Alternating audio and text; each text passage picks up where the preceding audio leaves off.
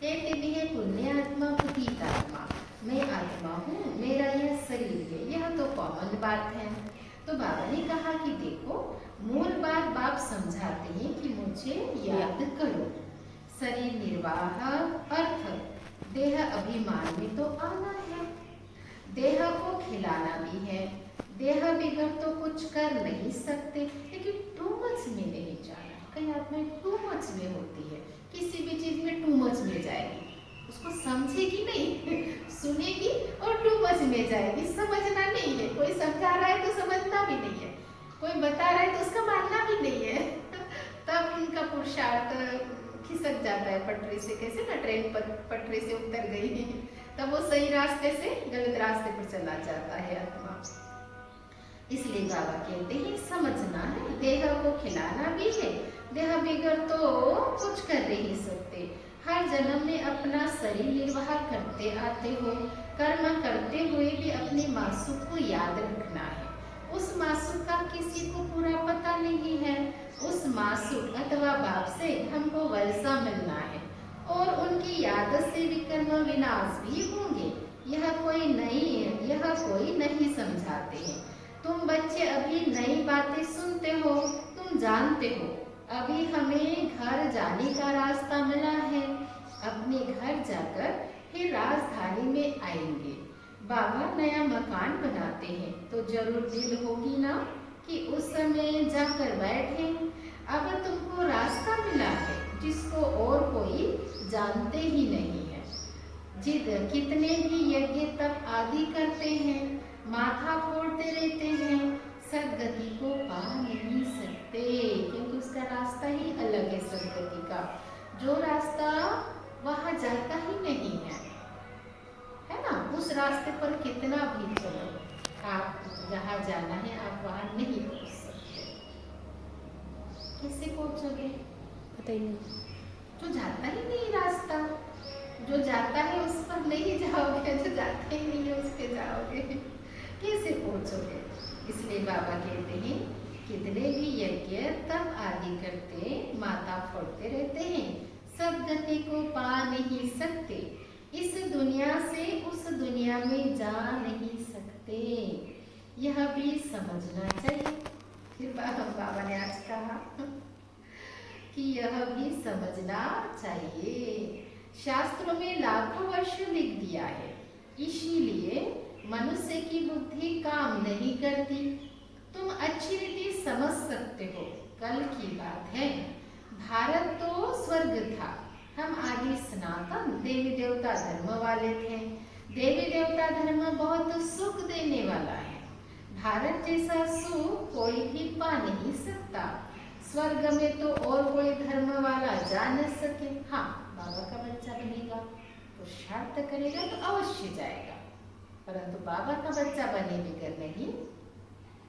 तुम्हारे जैसा सुख और कोई को हो न सके, कितना भी प्रयत्न करे, धन खर्च करे, फिर भी स्वर्ग में तो जो सुख है वह मिल ना सके। क्या मुकेश अंबानी है, टाटा बिरला है, ब्रिगेड है, बिल ब्रिगेड, तो क्या ये स्वर्ग का सुख भोग रहे क्या?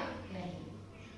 हजारों बीमारियां, हजारों झंझटें, हजारों परेशानियां, बिजनेस चलाने के लिए परेशानी है, सब चीज़ों के लिए, क्योंकि कंपटीशन है ना, हर चीज़ में क्या है, कंपटीशन है ना, तो दिमाग चलाना ही पड़ता है ना, इतनी सारी खोज लेके चलना पड़ता है, नहीं तो कोई गोली से न उड़ता है, डर डर के जीना पड़ता है। इसलिए बाबा कहते हैं, है ना, कहाँ वो सोने के महल में रहते, हीरे के महल में, कहाँ 56 प्रकार का भोजन खा पाते हैं, खा सकते हैं लेकिन खा नहीं पाते, शरीर जो खिला नहीं सकता उनको। इसलिए बाबा कहते हैं धन खर्च करे फिर भी स्वर्ग में जो सुख है वह मिल ना सके। किसी को हेल्थ होगी तो वेल्थ नहीं होगी, किसी को वेल्थ होगी तो हेल्थ नहीं होगी, यह है ही दुख की दुनिया। तो अब बाप कहते हैं, हे आत्माएं जागो, तुमको अब ज्ञान का तीसरा नेत्र मिला है, कितनी जागृति आई है, तुम सारी दुनिया की हिस्ट्री जाग्राफी जानते हो। बाप जाने जाननहार है ना, इसका मतलब यह नहीं कि सबके दिलों को जानता है। यह कौन है, कितना समझाते हैं, यह कहाँ तक पवित्र रहते हैं, कहाँ तक बाबा को याद करते हैं। मैं हर एक का यह ख्याल क्यों बैठ करूं? बाबा कहते मैं क्यों बैठ कर करूं तुम्हारा ख्याल? मेरा काम है पढ़ाना, रास्ता बताना, वही करूं, है ना। तुम खुद आकर बताओ कि हम ऐसे हैं, हम ऐसे करते हैं, अच्छा या बुरा। बाबा कहते तुम खुद बताओ, मैं क्यों आऊं?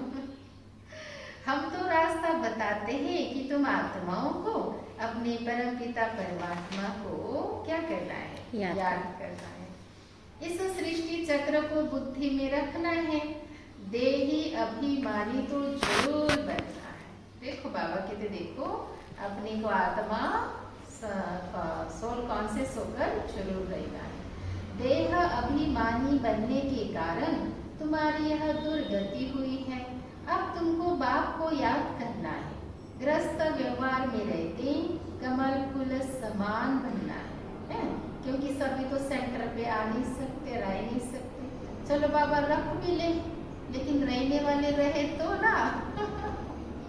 नहीं तो बाबा तो कहे उसका भी इंतजाम करवा दे और रख ले, लेकिन आत्मा रह पाए तब ना। बाबा को पता है कमल कभी गमले में नहीं खिल सकता, कहाँ खिलेगा? कीचड़ में। और गुलाब कभी कीचड़ में खिल नहीं सकता, कहाँ खिलेगा? सूखी जगह में कांटों के बीच। ये है सबकी अलग अलग अपनी अपनी ये है ना क्वालिटी। सही।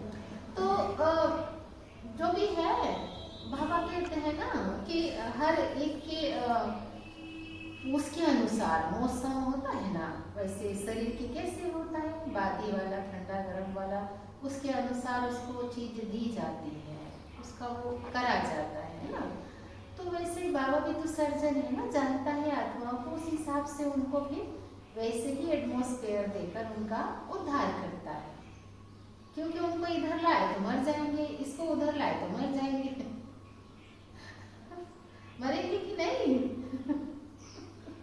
इसलिए जो है, जहाँ है, जैसे है वो बहुत अच्छे हैं, सब बहुत अच्छे से कर रहे हैं। कोई की कमी किसी में नहीं है, ना सेंटर वालों में, ना घर गृहस्थी वालों में, ना मधुबन वालों में। सब अपनी जगह विशेष है, यूनिक है, खास है, ऐसा। तो कोई किसी को कमी ना समझे। बाबा कहते हैं टीचर, बाबा कहते हैं कि देखो तुम भी यहाँ ज्ञान बैठ देते हो, तो ग्रस्त व्यवहार में, बाबा कहते हैं तुम भी यहाँ ज्ञान, बाबा ने कहा ग्रस्त व्यवहार में रहते कमल फूल समान बनना है। स्वदर्शन चक्रधारी भी तुम हो, देवताओं को तो शंख आदि नहीं है, यह ज्ञान शंख आदि तो ब्राह्मणों को है। आज हम समर्पित हो गए, हम मधुबन निवासी। कौन सा हमको मधुबन बिठा के रखा, इधर भेज दिया ना। साड़ी पहनने क्या है, समर्पित मतलब मधुबन निवासी है ना। उन समर्पित हो गए तो उनको कहाँ निवास करना चाहिए, लेकिन वहाँ क्या पकौड़े कर देंगे? सेवा करने के लिए बाबा ने समर्पित कराया है। तो कहाँ भेजेंगे? सेवा करने के लिए जाओ, सेवा में जाओ। फिर कहीं भी रख सकता है, किसी भी सिटी में रख सकता है और सेवा करवाएगा। क्योंकि उद्देश्य क्या है, बात जितने की आवश्यकता है उतनी रखी है मैंने, थोड़ी बहुत। और बड़े काम है, मेहनत वाले काम है, तो वहाँ किसको रखा? भाई लोगों को रखा बहुत ज्यादा, क्योंकि वहाँ बहनों को रखा नहीं, भाई लोगों को रखा। और बाकी जगह क्या है, वहाँ तो जरूरत नहीं है बहनों की इतनी ज्यादा। जरूरत सेंटरों पर की है, सेंटरों पे भाई लोगों को रखेगा। सेंटरों पे क्यों नहीं रखा भाई लोगों को?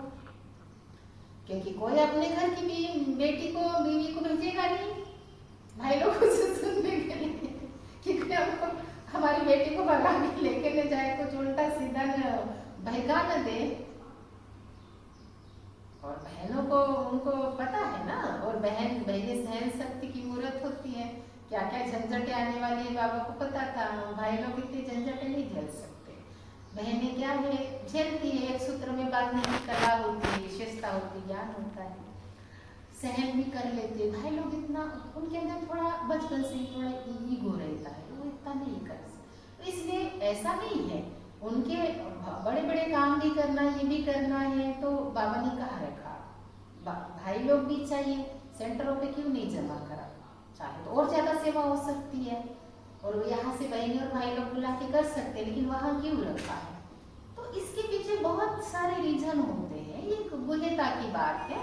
तो इसलिए बाबा जो करता है, जैसे करता है, हमें हर बात में राजी रहना है, हर परिस्थिति में राजी रहना है, हर सिचुएशन में राजी रहना है। क्यों? ये शब्द आना ही नहीं है, तो हमारा समय, संकल्प, शक्ति सब कुछ बच जाएगा, और हर पुरुषार्थ इतना अच्छा स्मूथली हो जाएगा, आप स्थिति बहुत अच्छी बनेगी, हर परिस्थिति का, बड़े बड़े परिस्थिति का सामना इसे चुटकियों में कर सकेंगे, इतनी आत्मा पावरफुल बनेगी। नहीं तो सारी चीजों में, सारी बातों में एनर्जी जाएगी, क्योंकि क्यों ऐसा हुआ? ऐसे उदाहरण तो आपके पास, ऐसी सिचुएशन आपके पास, आपके ऊपर 24 घंटा आएगी, 24 घंटा आएगी आपके ऊपर परीक्षा आए, 24 घंटा आपके पेपर होंगे, तो 24 घंटा आप क्यों नहीं उठा सकते? क्यों मतलब क्वेश्चंस नहीं उठा सकते, उसी में अपना समय बर्बाद हो जाएगा। इसलिए बाबा के ऊपर भरोसा और विश्वास और प्यार होना बहुत जरूरी है, तभी पुरुषार्थ या स्थिति, अपनी अवस्था अच्छी बना सकते हैं। इसलिए बाबा ने कहा, बच्चे, बाबा कहते हैं, स्वदर्शन चक्रधारी भी तुम हो, देवताओं को तो शंख आदि नहीं, यह ज्ञान शंख आदि तो ब्राह्मणों को है। सिख लोग शंख बजाते हैं, बहुत बड़ा आवाज करते हैं, तुम भी यह ज्ञान बैठ देते हो तो बड़ी सभा में लाउड स्पीकर लगाते हो। तुमको यहाँ लाउड स्पीकर लगाने की दरकार नहीं, टीचर पढ़ाएंगे तो लाउड स्पीकर लगाएंगे क्या? यहाँ तो सिर्फ शिव बाबा को याद करना है, तो विकर्म विनाश होंगे। मैं सर्वशक्तिमान हूँ ना। तुम लाउड स्पीकर लगाते हो कि आवाज दूर दूर तक सुनने में आए, है ना? वह भी आगे चल काम में आएगा। तुमको सुनाना यह है कि मौत सामने है। बाबा कहते तुमको सुनाना है, यह है कि मौत सामने है। अभी सबको आप ही जाना है। महाभारत लड़ाई भी तो सामने खड़ी है। गीता में भी लिखा हुआ है कि महाभारत लड़ाई लगी, विनाश हुआ। अच्छा, फिर क्या हुआ? बाबा ने प्रश्न किया। पांडव भी गल मरे। बाप समझाते हैं, पहले अगर विनाश हो जाए फिर तो भारत खंड भी खाली हो जाए। भारत तो अविनाशी खंड है, खाली तो होता नहीं है, बारी बारी होगा, पूरा खाली नहीं होता है। तुम जानते हो प्रलय तो होती नहीं। बाबा अविनाशी है तो उनका बर्थ प्लेस भी अविनाशी है। बच्चों को खुशी रहनी चाहिए। बाबा सर्व का सदगति दाता है, सुख शांति करता है। जो भी आते हैं उन्हें शांति चाहिए।